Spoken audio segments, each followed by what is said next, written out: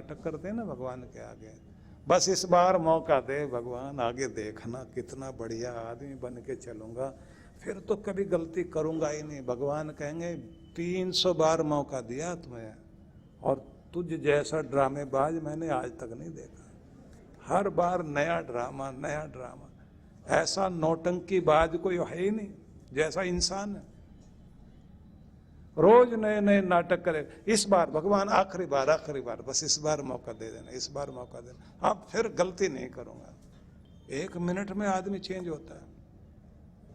इसलिए वो भी जानता है कि ये पलटेगा। जब सजा देता है तो रुलाता बहुत है। इसलिए भगवान का एक नाम रुद्र भी है, जो रुलाए बिना छोड़ता नहीं। ऐसी कोई आंख नहीं दुनिया की जो रोई ना हो, ऐसा कोई दिल नहीं जो तड़फा ना हो। इसलिए हर किसी व्यक्ति को सहज सरल हो करके भगवान की भक्ति करनी चाहिए, क्योंकि भोले भाव से ही रघुराई की कृपा होती है। भोले भाव मिले रघुराई, इसलिए भोला भाव अपना करके ही उसकी कृपा को पाया जा सकता है। तो भगवान श्री कृष्ण समझा रहे हैं कि सर्वोच्च सत्ता जो है वो सर्वज्ञ है। मतलब अपने स्वरूप को बता रहे हैं कि भगवान सब कुछ जानता है। तुम ये मत समझना कि देखते हुए भी नहीं देख रहे हैं, देख रहे हैं। हर चीज में हमारे ऊपर उनकी नजर है। हमारे मन में उठने वाले विचार को भी जान लेते हैं। वो सब कुछ जानने के बाद भी, सर्वज्ञ होकर अंतर्यामी होने के बाद भी हमें प्यार करते हैं। हमारे खोट को भी जानते हैं, हमारी अच्छाई सच्चाई को भी जानते हैं, बुराई को भी जानते हैं, उसके बाद भी हमें प्यार करते हैं। यही उसकी बहुत बड़ी बात है। आदमी को अंदर बाहर से जान ले कोई, फिर भी प्यार करे। आप लोग देखते हैं ना कि किसी भी आदमी के घर वाले लोग नहीं उसकी बात मानते, बाकी सब मानते हैं उसकी बात। क्योंकि घर वाले जो है ना उसके अंदर बाहर झांक लेते हैं आदमी क्या है। ये बड़ी समस्या है।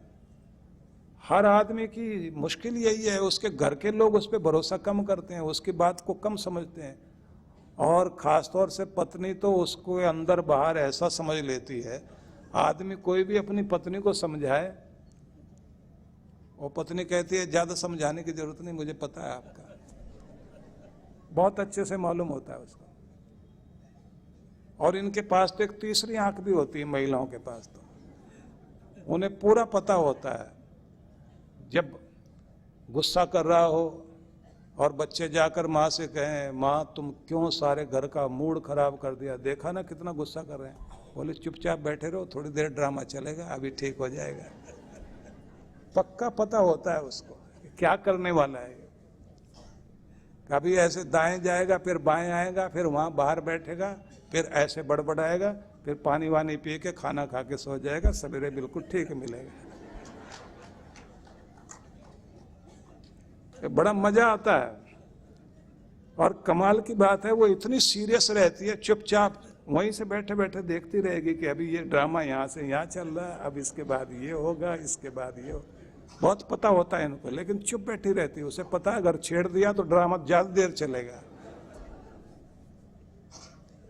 कोई किसी को जान ले उसके बाद उसको प्यार करता रहे, ये बहुत बड़ी बात होती है। और भगवान तो हमारी रग रग को जानता है, उसके बाद भी प्यार करता है, सब कुछ जानता है हमारा। इसलिए सबसे पहली बात कही कि सर्वज्ञ है वो। ये सारे श्लोक जब पढ़ोगे ना, मैं थोड़ा आपको गंभीर नहीं बना रहा, थोड़ा हंसा हंसा के सुना रहा ना, जिससे कि आप लोगों को पक्का याद रहे। हालांकि थोड़ा थोड़ा उदासी की बात भी सुनाई है, कि जिससे आप लोगों को थोड़ा ये भी पता लग जाए कि सिर्फ प्यार ही नहीं करता, जब वो उलट के मारता है ना तो इलाज भी बहुत अच्छा करता है। ऐसा इलाज करता है कि सोच नहीं सकता आदमी। इसलिए कहते हैं कि डरो, बहुत जबरदस्त है वो, उससे जबरदस्त कोई दुनिया में है ही नहीं। उसका आदर करोगे तभी जब तुम जान जाओगे उससे बड़ी शक्ति दुनिया में कोई नहीं है। कविम पुराणम अनुशासितारम, भगवान सर्वज्ञ हैं, पुराणम और अनादि हैं, उनका आदि अंत नहीं है। पहले भी थे, कहां से शुरुआत हुई ऐसा नहीं कह सकते। शुरुआत और अंत जहां सीमाएं आती हैं वो इंसान के जीवन के साथ सीमाएं हैं। भगवान सीमाओं में बंधा हुआ नहीं है। हम सब लोग जो सीमाओं में जीते हैं, हम लोग की जिंदगी लिमिट में बनती है, तो इसलिए अपनी कंपनी लिमिटेड कंपनी है। भगवान अनलिमिटेड है, वहां कोई लिमिट है ही नहीं। हमारा ज्ञान सबका थोड़ा थोड़ा है, और भगवान, कोई भी इंसान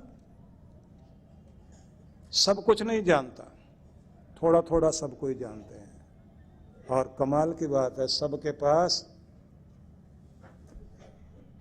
बहुत कुछ है, सब कुछ नहीं है। किसी के पास भी सब कुछ नहीं है, बहुत कुछ सबके पास है। सब कुछ जिसके पास है वही है परमात्मा। और हमें जो नहीं है, बस उसी का जब ध्यान आता है तो रोना आता है। तो हम सब लोग सीमाओं में बंधे हुए हैं, लिमिट में रहते हैं। परमात्मा लिमिट से बाहर है, वहां कोई लिमिट नहीं, कोई सीमा नहीं है। हमारे दायरे बने हुए हैं, हमारी सोच का दायरा है, हम इससे आगे नहीं जा सकते, उतना ही देख सकते हैं, उससे ज्यादा नहीं। भगवान आर पार देखने के साथ, हमसे ज्यादा तो देखने वाली शक्ति जो है ना जानवरों के पास है। अगर आप जानवरों को देखें तो अंधेरे में भी देखते हैं वो। अब तो इंसान ने भी ऐसे यंत्र बना लिए, ऐसे लेंस बन गए हैं जिन्हें लगा करके अंधेरे में इंसान देखता है। बिल्ली के पास जो आंखें हैं ना, कुत्ते के पास जो आंखें, रात में बहुत साफ दिखाई देता। और वैसे भी देखा जाए तो इनको ब्लैक एंड व्हाइट दिखाई देता। ये कुत्ते बिल्ली जो है ना, इनको ब्लैक एंड व्हाइट दिखाई देता है, इनको रंग नहीं दिखाई देते। छोटा बच्चा होता है उसे भी ब्लैक एंड व्हाइट दिखाई देता है, उसे भी कलर बहुत बाद में दिखाई देते हैं। और जब कलर दिखाई देते हैं तो वो कलर देख के बहुत खुश होता है। इसलिए कलर वाली चीजें बच्चों के लिए बनाई जाती हैं। कलर वाली चीजें जब बनाते हैं बच्चा, उनको देख देख के, रंगीन चीजों को देख के बहुत खुश होता है। लेकिन फिर आपको उधर ले चलता हूँ, क्योंकि जितना जितना दुनिया की चीजों को जानोगे आपको आश्चर्य लगेगा, लेकिन जानना चाहिए परमात्मा को, जिसका ना आदि है ना अंत है, अनुशासितारम। और दुनिया को अनुशासन में रखने वाली महान शक्ति भगवान है, सब उसके कंट्रोल में है। आप उसके कंट्रोल से बाहर है ही नहीं। वो हर चीज को नियंत्रित करता है, और जहां हम नियंत्रण को तोड़ने लग जाएं, बस वहीं विस्फोट होने लगता है। तो कहा गया है सबका शासक परमात्मा, और सबको व्यवस्था में बांधने वाला परमात्मा। ये सारी महिमा कहने के बाद आगे एक शब्द कह दिया गया, अणोअणीयांसम, सूक्ष्म से भी सूक्ष्म है, पकड़ में नहीं आता, आंख नहीं देख सकती, बहुत छोटा, बहुत सूक्ष्म है वो तत्व है। मतलब बहुत शक्तिशाली है, लेकिन है बहुत छोटा। तो एटमिक पावर के बारे में जब आप जानते हैं तो वो कितनी छोटी सी चीज है, एक एटम को, एक परमाणु को। अब उस विज्ञान में नहीं जाते, अपने को रोकते हैं यहीं, क्योंकि अगर इसके बारे में सोचने लग गए तो आपको कुछ अलग ही दुनिया समझ में आएगी। इतनी पावरफुल चीजें ये सब किस तरह से काम करती हैं। परमात्मा ने इस तरह से सारे जगत को बनाया, हर चीज में ऊर्जा है, और उसे आप आंख से देख भी नहीं पाओगे। एक एटम के भी, परमाणु के भी 10 टुकड़े कर दिए गए, और हमारे ग्रंथ में लिखा कि परमाणु तो वो जिसकी कल्पना से भी टुकड़े नहीं हो सके, और उसमें कितनी शक्ति भरी हुई है। विज्ञान वाले लोग कहते हैं कि ये जो इतना बड़ा यूरेनियम इकट्ठा करके रख लिया, इतने से कितना क्या क्या काम हो सकता है, कितने शहरों में रोशनी दी जा सकती, कितनी ट्रेनों को ईंधन दिया जा सकता, और ये विस्फोट के काम लेकर के दुनिया को नष्ट करने के लिए इस ताकत को इस्तेमाल किया जा रहा है। लेकिन मैं आपको ये बताना चाहता हूं, जितनी छोटी चीज होगी, सूक्ष्म चीज होगी, इसका मतलब ये नहीं कि वो शक्तिहीन है। परमात्मा देखा नहीं जा सकता, सूक्ष्म से भी सूक्ष्म है, लेकिन शक्तिशाली इतना है कि उससे बड़ी शक्ति दुनिया में कोई है ही नहीं। सारे ब्रह्मांड का मालिक वही है। तो भगवान शिव की स्तुति में एक मंत्र बोला जाता है कि मैं नहीं जानता भगवान आप कैसे हो, किस तरह के हो, आप जैसे भी हैं, जिस तरह के भी हैं, बस मेरा प्रणाम स्वीकार करो, मैं तो इतना ही कहता हूं। ये एक मंत्र का अर्थ है, क्योंकि हमारी कल्पना में तो तुम आओगे नहीं, हमारी बुद्धि में तुम आने वाले नहीं हो।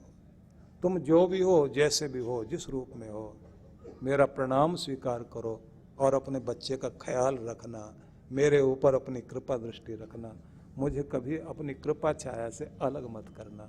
बस ऐसी ही प्रार्थना करनी चाहिए। मजा तो तब है जब आप अपने ध्यान में बैठते हैं और ध्यान में बैठ करके आपके अंदर ही एक अलग ब्रह्मांड दिखाई देने लगता है। गगन गरजे बरसे अमी, अंदर बादल गरज रहे होते हैं, अमृत बरस रहा होता है। बादल भये गंभीर, चहो दिशि दमके दामनी, भीगे दास कबीर। कबीर साहब ने कहा, बिजलियां कड़क रही हैं, चारों दिशाओं में बादल आवाज कर रहे हैं, और जो कुछ यहां बरस रहा है कि वो बहुत अद्भुत है, अमृत बरस रहा है। कि वो कहां बरसता है? बोले अंदर।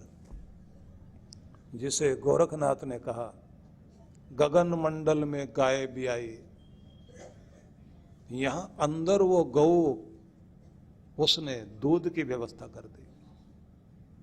सार बस इतना कहूंगा आप सबको कि हम सबको अपने प्रभु की शक्ति को जानना चाहिए, उसके स्वरूप को समझना चाहिए। वह एक बहुत बड़ी शक्ति है जिसको आंखें देख नहीं सकती, लेकिन सब चीज़ों में इस तरह से रमा हुआ है। जैसे आप पानी में 2 चम्मच चीनी डाल दें और उसे घुमा दें, तो जब आपकी चम्मच में चीनी थी तब तक तो दिखाई दे रही थी, लेकिन जैसे पानी में घोल दी गई, अब चीनी नहीं दिखाई देगी। एक गिलास में नमक घोल दीजिए, दूसरे में चीनी, और किसी से पूछ के देखिए कि भाई एक गिलास में चीनी मिली है, दूसरे में नमक मिला है, जरा देख के बताना। आदमी कहेगा आंखों से तो नहीं पता लग रहा, छक के बता सकते हैं। भगवान को भी आंखों से आप नहीं देख सकते, बस जब ध्यान में जाओगे चक के बता दोगे कि हाँ मिल रहा है, आनंद मिल रहा है। वो चीनी दिखाई क्यों नहीं देती, नमक क्यों नहीं घुला हुआ दिखाई देता? क्योंकि उसमें व्याप्त हो गया है, उसमें मिल गया है, मिक्स हो गया है। परमात्मा भी सब चीजों में मिक्स हो गया, इसलिए दिखाई तो नहीं देता। जैसे दूध के अंदर घी होता है, होता तो है, दिखाई नहीं देता। दिखाई तब देता है जब उसे बिलो करके, दही को जमा कर बिलो कर मक्खन निकाला जाता है। ऐसे ही जब आप ध्यान लगाओगे और ध्यान लगाने के बाद जब अंदर आप उस अनुभूति को करोगे, तब समझ में आता है कि हाँ वो है, उससे पहले समझ में नहीं आएगा। तो ऐसे कहा गया कि जैसे तिलों में तेल है, लेकिन हाथ में तिल लेकर के देखोगे तेल का पता नहीं लगेगा, लेकिन जब आप तेल निकालोगे यंत्र के द्वारा तो तेल बाहर आएगा। जैसे चकमक में या माचिस की तीलियों में आग है, देखने से तो दिखाई नहीं देती, लेकिन रगड़ लगाने से आग प्रकट होती है। तुम्हारा परमात्मा भी ऐसे ही सब में बसा हुआ है, सब में छिपा हुआ है। बस उसे आप विधि गुरु के द्वारा दी गई से घर्षण कीजिए। आपके अंदर जब भगवान प्रकट होगा तो अनुभूति होगी कि वो है। कभी कभी आपकी प्रार्थनाओं में और आपकी सेवा में और आपके कार्यों के द्वारा वो अनुभूति कराता है। जब आप बेबस होते हैं, अचानक कोई अपने जब सब साथ नहीं देते, अचानक कोई जीवन में आता है जो आपका साथ दे जाता है और आपके काम बन जाते हैं, तब आप कहते हैं कोई भगवान ही बन के आया था जिसने मुझे साथ दिया, नहीं तो मेरा तो काम बनने वाला नहीं था। तो वो भगवान फिर ऐसे मदद करते हैं। और कभी कभी तो बहुत विचित्र ढंग से मदद करते हैं। आज से 3 साल पहले मैंने एक आपको उदाहरण सुनाया था जो आज याद आ गया मुझे, उसे याद करना आप लोग भी। मैंने उदाहरण सुनाया था कि कोई व्यक्ति, युवक था, विदेश में व्यापार करने के लिए, नौकरी के लिए या कुछ भी काम मिल जाएगा ऐसी भावना लेकर के बेचारा गया था, और जिस पानी के जहाज में बैठना चाह रहा था तो वो पानी का जहाज उसे मिला नहीं। उसके बाद उसने सोचा कोई और तरीके से जाता हूँ, तो उसने हवाई जहाज से जाने के लिए टिकट लिया, और दुर्भाग्य से ये हुआ, पहले तो पानी के जहाज में ही कोई गड़बड़ हो गई, और जब वो हवाई जहाज में बैठ के गया तो हवाई जहाज भी क्रैश हो गया।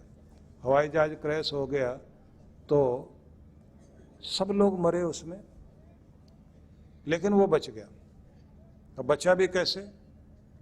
पानी में जाके समुद्र में वो जहाज गिरा था, और जहाज का कोई एक पतरा ऐसा था जिसके ऊपर ये लेटा हुआ, और पानी की लहरों से जाकर किनारे पर लहरों ने इसको फेंक दिया। जब इसको होश आया तो देखा सारे शरीर में दर्द हो रहा है, छोटी चोटें लगी हुई हैं। होश आ गई, और जहां गिरा हुआ था वो समुद्र में एक द्वीप था। समुद्र के अंदर बहुत सारे छोटे छोटे द्वीप होते हैं जिसमें कोई गवर्नमेंट राज नहीं करती, वहाँ कोई आता जाता नहीं। ऐसे बहुत सारे छोटे बड़े बहुत सारे द्वीप होते हैं। जैसे आप इंडोनेशिया में चले जाएं या फिलीपींस में चले जाएं, वहाँ सैकड़ों द्वीप हैं। ऐसे कनाडा में भी हजारों द्वीप हैं। तो एक द्वीप में जो है वो जाके वहाँ गिरा हुआ था। होश आई, उठ के खड़ा हुआ तो वो द्वीप के जंगल में घूम रहा है। घूमते घूमते देखा यहाँ कोई आदमी नहीं है, जीव जंतु जरूर हैं, चारों तरफ पानी पानी है, समुद्र है। वो आवाज लगाता है कोई है, तो कोई नहीं सुनाई देता उसको। आखिर में उसने कुछ पेड़ों पर फल लगे दिखाई दिए, उन्हें तोड़कर खाने लगा, और उसको लगा कि अब यहीं अकेले जिंदगी बितानी पड़ेगी। और उसके बाद उसने एक झोंपड़ी बना ली वहाँ पर पत्तों से, वहाँ के फल खाता था। फिर एक दिन उसने क्या किया, अपने लकड़ी के लट्ठे जोड़ जोड़ कर उससे एक बेड़ा बना लिया, नौका टाइप का, कि उसमें तैर के मैं दूसरे द्वीप में जाता हूँ और वहाँ जाकर वहाँ के फल वल लेकर आऊँगा, रहूँगा इधर, उधर से फल लाता रहूँगा। तो ये फल ऐसे लेने के लिए गया, वहाँ से लेकर आया। फिर इसने वहाँ से कुछ और कीमती चीज़ें लेकर आ गया, लकड़ी वकड़ी, और अपनी झोंपड़ी को बढ़िया से बना लिया। अब झोंपड़ी बढ़िया बना ली, उसमें ये रहता है। अब ये कहता भगवान चलो यहाँ मैं जी रहा हूँ, अपनों की याद तो बहुत आती है, पर चलो तुमने मुझे जिंदा रखा हुआ है, मैं यहाँ प्यार से रह रहा हूँ, और बस मेरी झोंपड़ी ठीक रखना भगवान, ऐसे प्रार्थना कर रहा है। और फिर उसने एक दिन फिर ऐसे उस नौका में बैठा अपने लकड़ियों के बेड़े में, और दूसरे द्वीप में गया। अब दूसरे द्वीप में फल लेने के लिए गया था। अचानक इसको लगा कि मेरे वाले द्वीप में बहुत तेज बादल गरजे हैं और कोई बिजली गिर गई, वहां आग लगी हुई देखी उसने। फटाफट ये अपनी नौका में बैठा, दौड़ाता हुआ उसको लेकर आया, आके देखता क्या है, उसकी झोंपड़ी जल गई। उस समय इसने खूब गालियां दी भगवान को, सब कुछ छीन लिया, घर भी परिवार भी, दुनिया से किनारे पर लाके मुझे छोड़ दिया, यहाँ जिंदा भी रखा तो ऐसी सजा तूने दे दी कि यहाँ कोई है नहीं। मुश्किल से एक झोंपड़ी बनाई थी जिसमें मैं सुरक्षित था, कितनी मेहनत करके बनाई थी, आज तूने वो भी जला दी। और ऐसे रोते रोते खूब गालियां देता रहा, और गिर गया जमीन पर और वहीं रात हो गई, वहीं सो गया। सवेरे इसे लगा कि कोई जगा रहा है इसे। तो पहले तो इसको लगा कि सपना है, हो सकता है मैं मर गया हूं और जो कोई यमराज का दूत होगा वो हिला रहा है। तो जैसे इसने फिर आंखें खोली तो देखा 2 आदमी हिला रहे हैं इसको। तो ये कहता, भाई साहब मैं धरती पर हूं या स्वर्ग पहुंच गया हूं। उन दोनों ने कहा कि पहले तुम बताओ तुम हो कौन। इसने कहा आप बताओ आप कौन है। तो इन्होंने कहा पहले खड़े हो जाओ। खड़े होके उसको टहलाया, देखा, और उसके बाद इन्होंने बताया कि हम लोग बहुत बार हेलीकॉप्टर लेकर इधर सब जगह हमने चेक किया, क्योंकि जो हवाई जहाज गिरा था उसको हमारे नाविक लोगों ने भी चेक किया, सब तरह से चेक किया गया। लेकिन उसके बाद अब हमारे कमेटी ने कहा था कि छोटे छोटे जो द्वीप हैं वहाँ भी देखो जा करके। तो सब में भी हमने ढूंढ लिया था, यहाँ पता ही नहीं लगा कि कोई बचा भी है या नहीं बचा है। लेकिन आज तेरी झोंपड़ी में आग लगी, ये जो धुआं उठ रहा था, तो हमको समझ में आया हेलीकॉप्टर में बैठे बैठे इस द्वीप में कोई इंसान रहता है, तो हम आ गए तुम्हें लेने के लिए। अब उठो, हम तुम्हें लेने के लिए आए हैं। ये बोला 2 मिनट रुक जाओ। बोले क्या करेगा। बोले जिसको गाली दी थी उसको धन्यवाद भी तो करना है। गाली देते देते सोया था कल, अब सारे में घूम घूम कर उसे कहूंगा अगर तू आग ना लगाता मेरी झोंपड़ी में तो मुझे बचाने कोई ना आता। इसलिए तेरा बहुत धन्यवाद है भगवान। बस यही आपसे कहना चाहता हूं कि थैंक्स करना सीख जाइए। नवजीवन साधना। क्या नकारात्मक विचारों को मन में आने ही न दें? ये हमारे वश में है? क्या तनाव की जड़ें मन में उपजेंगी ही नहीं अगर निरंतर ध्यान साधना को जीवन में शामिल कर लिया जाए? आध्यात्मिक जगत में परमात्मा की अनुभूति के साथ क्या सांसारिक जगत में भी प्रसन्नता, सफलता, संबंधों में आत्मीयता, धन ऐश्वर्य का सपना सच करती है नवजीवन साधना? तो इसका जवाब है हाँ। इस कल्पना को साकार रूप देने का संकल्प है गुरुवर श्री सुधांशु जी महाराज व श्रद्धेया अर्चिका दीदी द्वारा भक्तों को ध्यान साधना की एक और अनुपम भेंट, नवजीवन साधना।